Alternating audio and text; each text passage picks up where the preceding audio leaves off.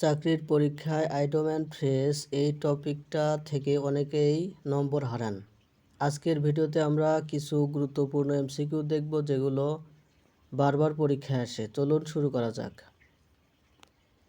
Give my right arm means, give my right arm এর অর্থ কী? এর অর্থ হলো খুব বেশি ইচ্ছা প্রকাশ করা। সঠিক অপশনটি হলো ডু অ্যাবসলিউটলি এনিথিং, যে কোনো কিছু করতে রাজি হওয়া। অন্য অপশনগুলো হলো ডু সামথিং স্টুপিড, বোকামি করা। ডু সামথিং ডেঞ্জারাস, ঝুঁকিপূর্ণ কিছু করা।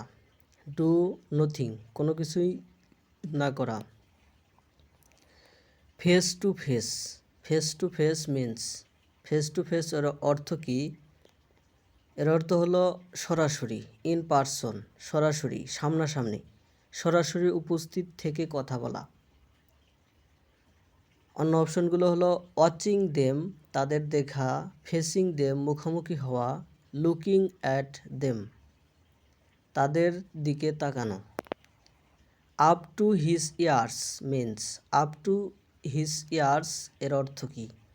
এর অর্থ হলো ফুলি অকুপাইড উইথ, পুরোপুরি ব্যস্ত, খুব বেশি কাজের মধ্যে ডুবে থাকা। অন্য অপশনগুলো হলো ভেরি ইন্টারেস্টেড ইন, খুব আগ্রহী। নট ইনভলভড উইথ, জড়িত নয়। কানেক্টেড উইথ, সম্পর্কিত। কনসার্ন উইথ, সম্পর্কিত। Give me a hand means, give me a hand এর অর্থ কী? এর অর্থ হলো হেল্প মি, সাহায্য, আমাকে সাহায্য করা, অর্থাৎ সাহায্য করা। কাউকে সাহায্য করা বলতে বোঝায় গিভ মি এ হ্যান্ড, অর্থাৎ সাহায্য করা। অন্য অপশনগুলো হলো টেক মাই হ্যান্ড, আমার হাত ধরা। টেক মাই ফিঙ্গার্স, আমার আঙ্গুল ধরা। পিক মি আপ, তুলে নেওয়া। পুল মি আপ, টেনে তোলা।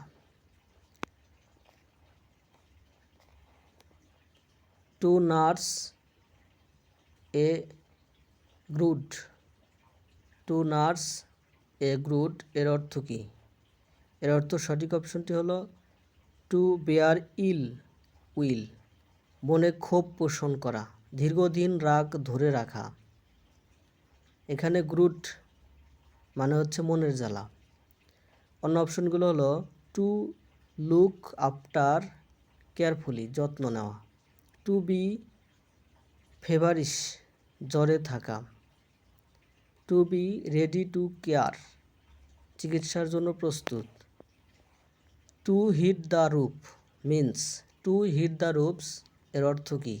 এর অর্থ হলো খুব রাগান্বিত হওয়া।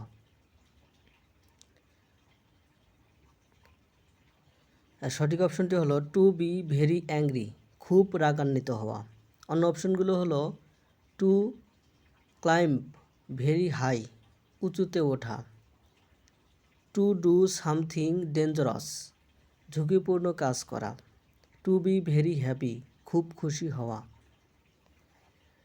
To sit on the fence, fence, fence অর্থ বেড়া, প্রতিরক্ষা।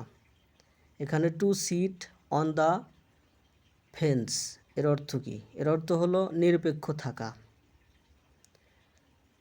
সঠিক অপশনটি হলো টু রিমেইন নিউট্রাল, নিউট্রাল অর্থ নিরপেক্ষ থাকা, কোনো পক্ষ না নেওয়া।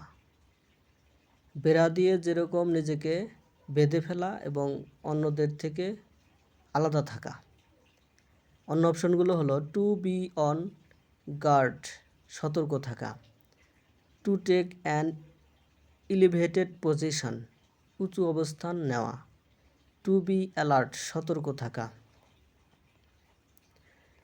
এ sitting duck means, a sitting duck এর অর্থ কী? এর অর্থ হলো সহজলভ্য, সহজে আক্রমণের শিকার। সঠিক অপশনটি হলো অ্যান ইজি টার্গেট, সহজ লক্ষ্য, সহজে আক্রমণের শিকার হওয়া। অন্য অপশনগুলো হলো এ ডাক সিটিং, বসে থাকা হাঁস। এ ডাক দ্যাট ক্যানট সুইম, যে হাঁস সাঁতার পারে না। A useless person or thing, অকার্যকর ব্যক্তি। Robin has a habit of dash without coming to the actual point at once. রবিনের এমন অভ্যাস আছে যে সে সরাসরি মূল কথায় না গিয়ে অন্য কথায় চলে যায়।